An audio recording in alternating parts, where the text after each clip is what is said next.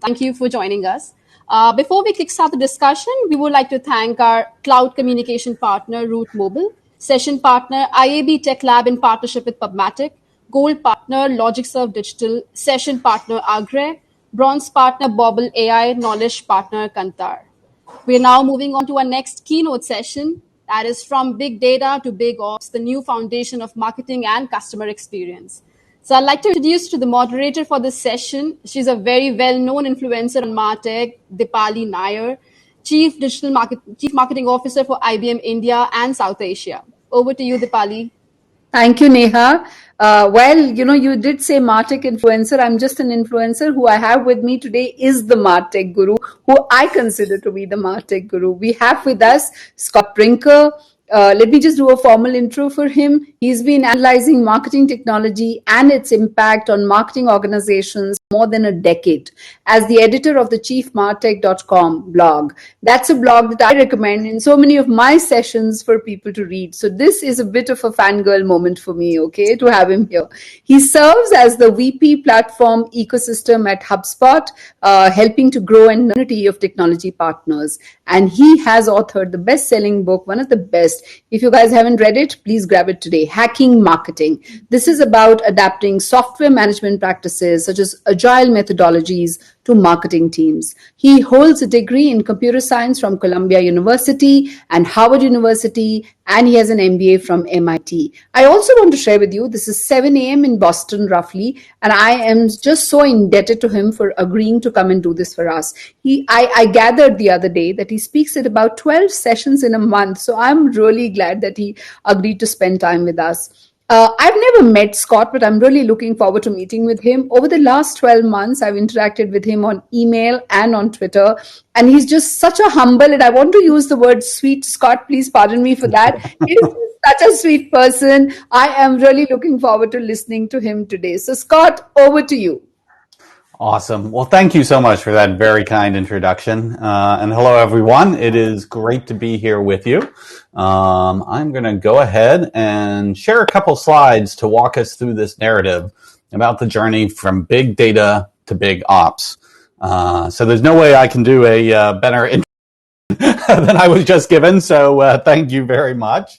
One other thing I guess I might be known for is have charted year over year this marketing technology landscape of all the different marketing technology solutions that I could find around the world.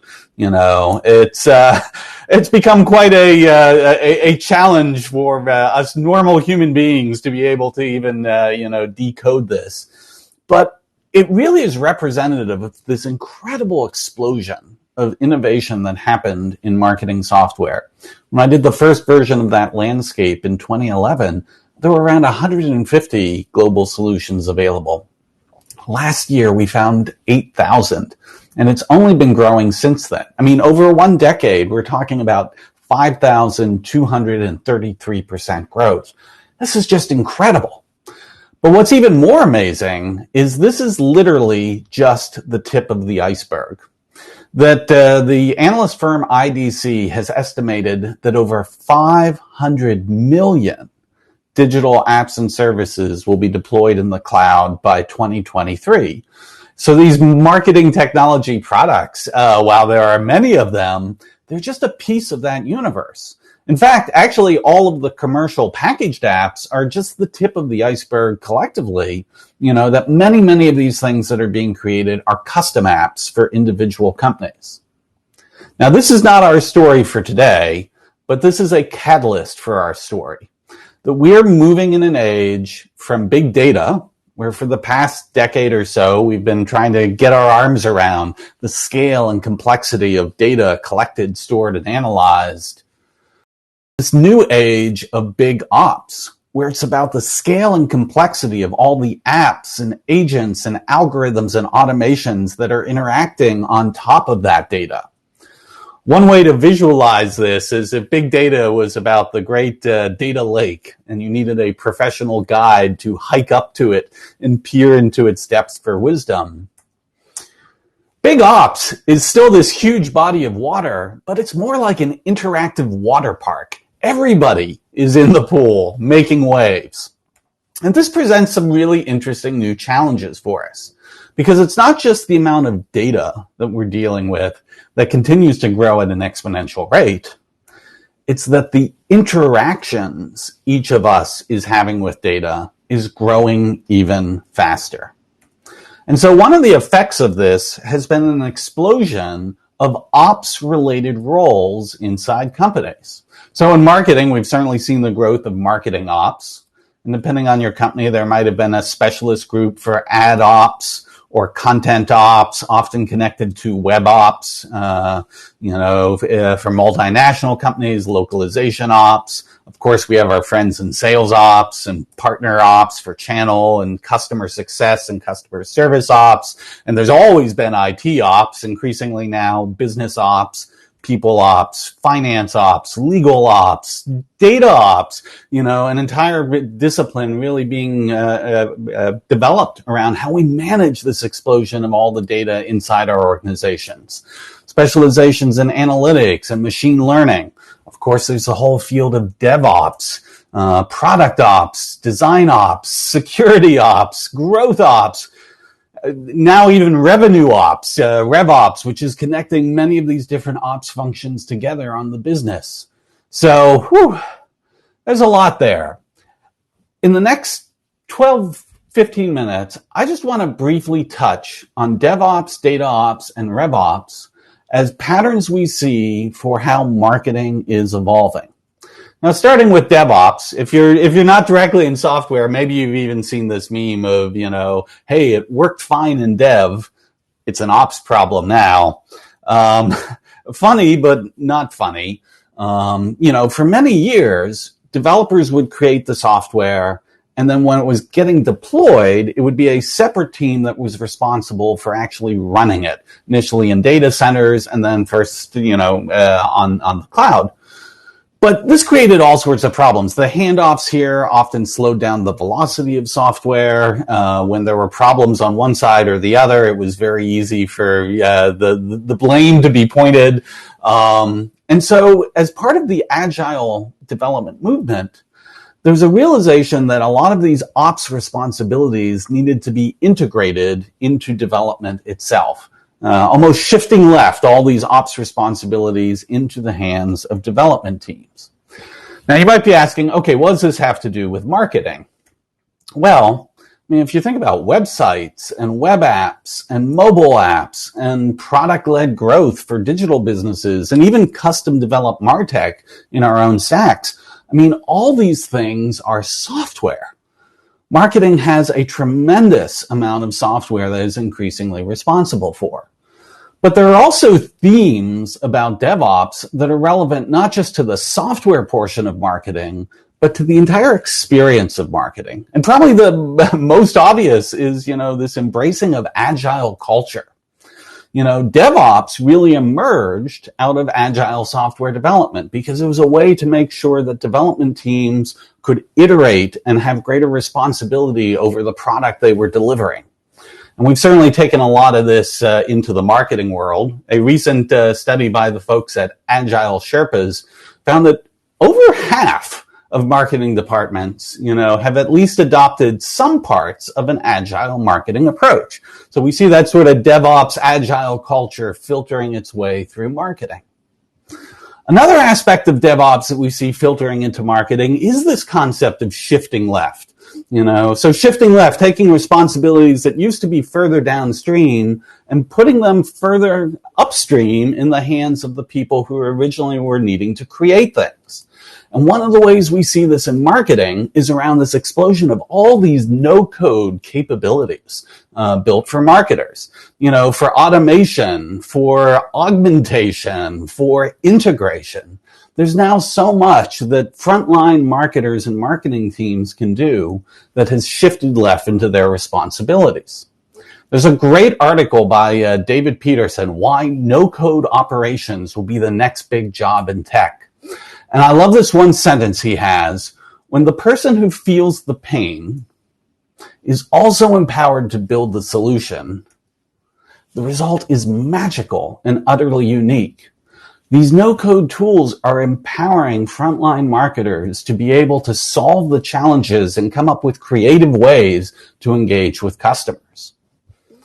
And then the last theme that has become very, very relevant in marketing is, of course, automation. Now DevOps, really leaned into, automation as a whole part of its methodologies. High maturity DevOps teams, have automated most of their repetitive tasks. And we certainly see this happening throughout the broader organization too. The folks at Workato, who have a automation platform, had recently done an analysis, and they found that the most automated department in organizations is typically IT and engineering.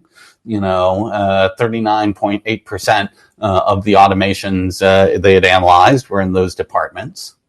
The second largest was in finance and accounting, but the third was sales and marketing. And to just very briefly take a look at what this breaks down into. So there's a tremendous amount of automation happening around sales operations these days. Quote to cash flow, but also lead management and campaign operations and account-based marketing and even partner management. So we're definitely taking these concepts of automation from DevOps and bringing it into how the modern marketing team runs.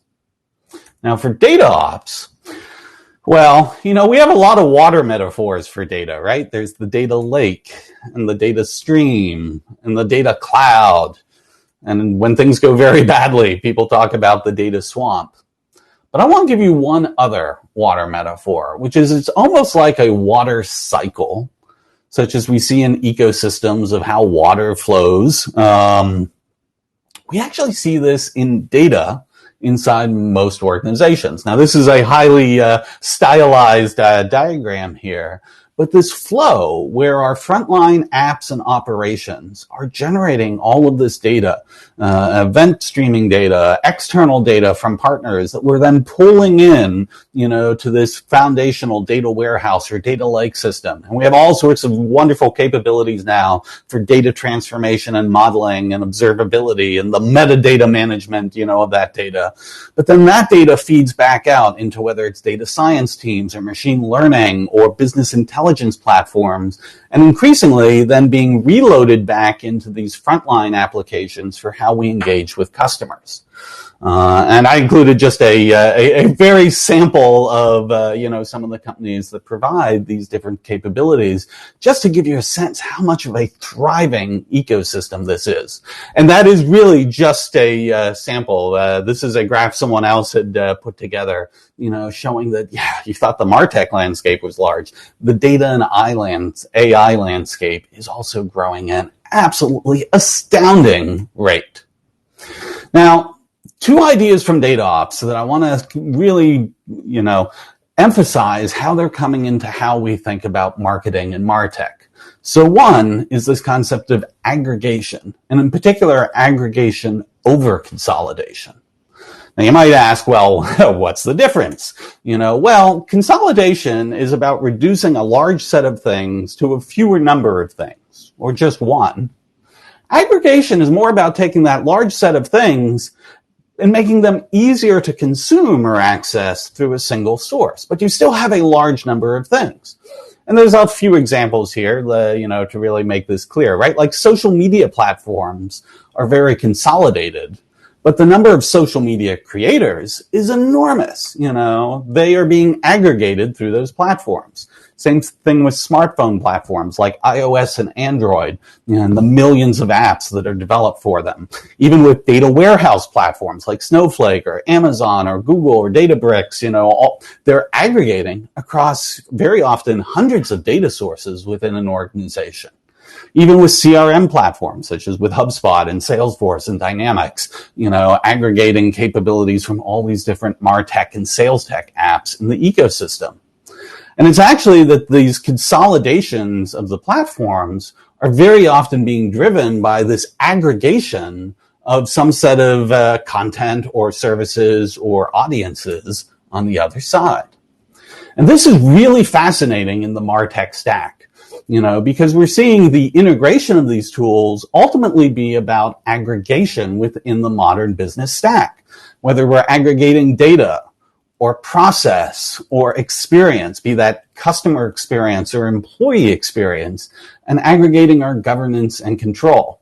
And I want to give you just a few examples so that, you can really crystallize what these things are. It's like in data warehouses are aggregating across an incredibly diverse set of data sources. We, of course, had specialized data platforms, too, for, master data management and CDPs or digital asset management. Even shared spreadsheets are kind of an aggregation happening with data. With workflow, we have all these iPaaS and workflow automation solutions, robotic process automation, data pipelining. And again, all these things aren't about like eliminating other software in your stack. They're about making it easier for you to consume and take advantage of that other software and those other data sources. We see it with shared collaboration tools like Slack or Teams or Workspace, analytics tools like Looker and Tableau and SaaS, domain platforms for CRMs such as HubSpot and Salesforce.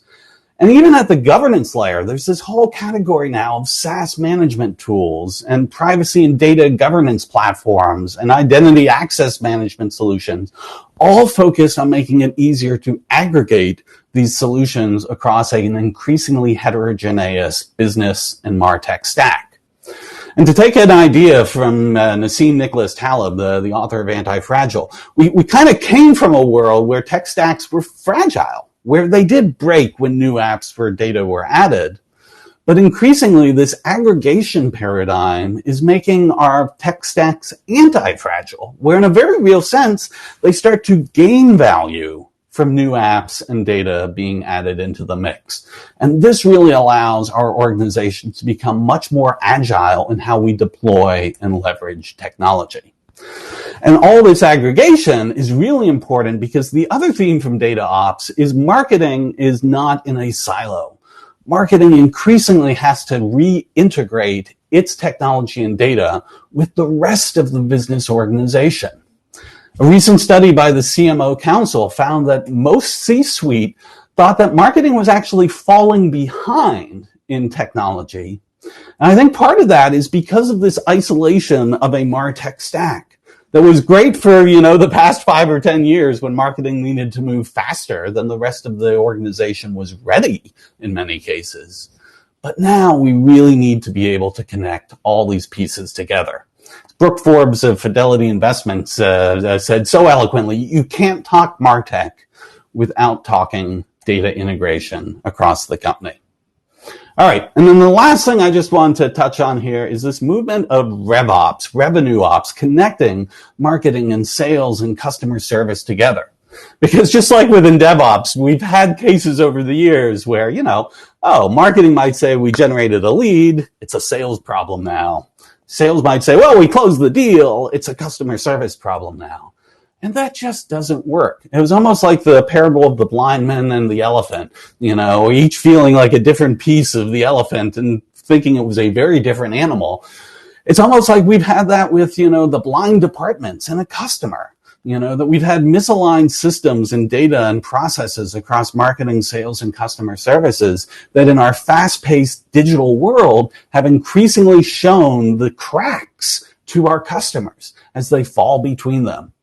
And so this whole movement of Rev-Ops is really about finding a way to help bring these components together to make more aligned systems, data, and processes. That these roles of Rev-Ops, are to be the cartographers of the customer journey, the curator of customer data and assets, the architect of customer systems and services that span marketing, sales, and customer support, orchestrating processes and automations across departments, being the analyst of insights and performance through the lens of the customer, not any one department, outfitting, these teams with more of those self-service capabilities, and ultimately being the guardian of quality and compliance. And this connects back to what we were just talking about with data, because it's data that is feeding all of these roles, right? The cartographer is mapping the context of how data is collected and used across the customer journey. The curator is standardizing data organization. The architect is all the systems that generate and process and leverage data. Orchestration about building all these data-triggered workflows and automations. analysts analyzing and refining data, outfitters enabling self-service use of data, and guardians assuring data quality and compliance. So I know this was a bit of a whirlwind tour. It's such an exciting time to be working in marketing, and particularly in marketing tech and marketing operations. I hope you've gotten a sense of, just the very beginnings of this journey we are on for Big Ops. Whereas my good friend Daryl Alfonso, who does marketing operations at Amazon Web Services, once tweeted, "Operations isn't back office work. Great operations is a differentiator." So come on in, the water's fine. Thank you. Scott, that was fantastic. I know it was a whirlwind tour, as I call it, but I think I picked up a lot of nuggets and I intend summing them up. Meanwhile, I have got a whole lot of questions. So I'm going to pick up first one from Anvi, and she says, how can we use data to inspire loyalty, in customers? Well, loyalty really comes from delight, right? The customer experience. Like, if someone has a great experience with you and they consistently have a great experience with you, they will keep coming back, And so part of this, we've often talked about, we can leverage big data to personalize the experiences for customers, and that will generate loyalty. And that does. But to be honest, it's an even simpler level. It's about making sure that big data is connecting the data of all these different touch points we have with customers, whether they're in sales or customer service, or we're reaching them through a marketing campaign, or there's a digital product experience. Then if we make sure all of these touch points are sharing the same data, then we provide a more consistent experience to the customer, so that they don't find themselves having to re-explain themselves to different departments in different times. That creates frustration and that creates friction against brand loyalty. Yeah. And Scott, I would dare to add that I think the other bit is that the data feeds into the organization insights, which can be used for creating loyalty instances and programs. So, that is the second part that, according to me, happens simply enough, but I wanted to put that down. I agree. Sachin has a very interesting question here, and he's asking, is technology actually automating marketing processes, or are we still fairly dependent on manual inputs? I think he's actually trying to say we are very dependent still on on manual inputs. And he's saying, what is your anticipation? How long does it take for an organization or for, let's say, an industry or a segment to majorly automate all their marketing processes? I'm so glad you asked that. In fact, I'm just going to real quickly share something, because I was just pulling some data on this yesterday, that there was a study by the folks at Airtable, who are one of these no-code platforms, and they found out of hundreds of marketers that, on average, 40% of the work week was by marketers was spent on these manual operational tasks. There's still a tremendous amount of marketing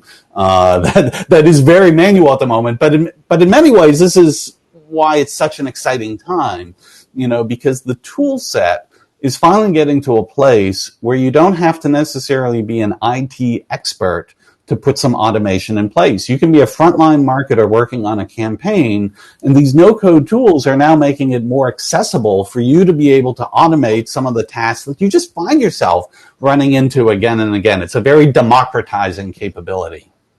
Yes. Thank you. And Scott, now I have a really interesting question. In fact, I've been wanting to ask something on what you said when you said the no-code, bit that's coming into the picture. So Abhay Parekh from EY is saying, considering the development in the no-code domain, do you see that behavioral sciences, especially that whole concept of nudging, it will have a larger impact on MarTech in the long term? Absolutely, and I think this is a field where I hope there's a lot of ongoing research, because I think this is still a pretty new environment, both for customers, who these touch points, and the expectations they have and the capabilities that they, now have through a digital channel. It's very new, and it's evolving very rapidly. So there's lots to just study and understand about customer behavior there. But I think we also have the same behavioral challenges happening on the employee side. Like these are very new processes and very new skills and ways we think about creating, value through the marketing department. And so, yeah, I think there's a lot of opportunity to learn what works, also to learn what doesn't work. Where this is terra incognita. Yeah. And Scott, if I may again dare to add, I think what is going to happen with no code is that I think it will become closer to design because it'll be very visually intuitive, according to me, So then therefore it becomes a marriage of, behavioral science with design, And I think when these two disciplines meet, yes, you're right. A lot of research needs to happen. A lot of learning, needs to happen. But interesting times ahead. And also imagine all of you who are listening in, those are new jobs and new skills in marketing that people, can actually look forward to. It's a very, very new domain. Another question, Scott, that Ashish Kumar Jain has asked from Saksham Innovation. He's saying, how can we ensure data privacy when we are doing database marketing?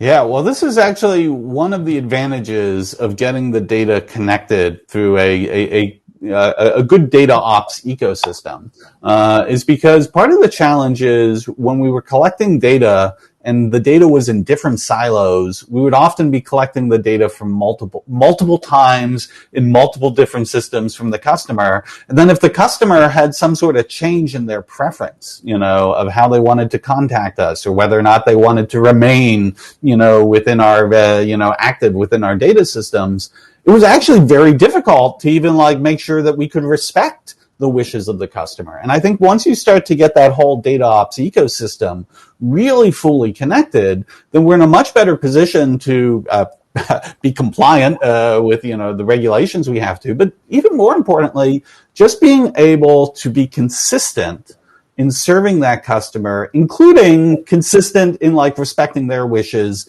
about how to be contacted, in what context and what they're really interested in. Yeah, thank you, Scott. And the last question of the day, Anvi has actually posted some 5 questions, and this is the second one that I'm picking up from her. How big data is radically changing MarTech, Scott? So many ways. So another thing that's really exciting about that data ops ecosystem is it's not just about marketing connecting to the rest of the organization so that we can contribute our data to the broader understanding of the customer. It's the fact that it now gives marketing access to a much broader understanding of the customer, that as we start to be able to tap the data from what's happening in digital product experiences or customer support experiences or in B2B, those sales interactions, and being able to have that data feed into marketing so that we can better tailor, the campaigns and the programs that we're delivering to customers. All of that you could say is big data, but part of why I say this is the shift from big data to big ops is it's not just about having the data in some giant data lake. It's about really getting good at being able to operationalize how we take advantage of that data to serve the customer better and grow the business.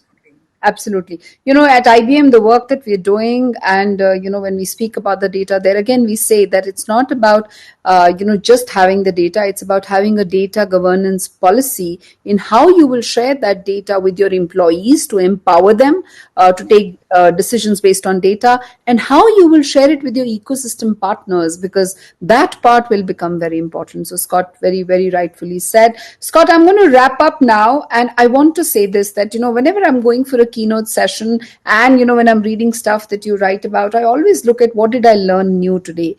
And, I want to say that my God, I think the last 25 minutes have been huge learning. The new thing, for example, was what is very new to me today was the role of the Rev-Ops, the Rev-Ops space itself. And how you defined it was completely new area for me. This whole anti-fragile stack is something that people must think about, not just marketers. I think that's stuff for CIOs, to look at how they look at anti-fragile stacks.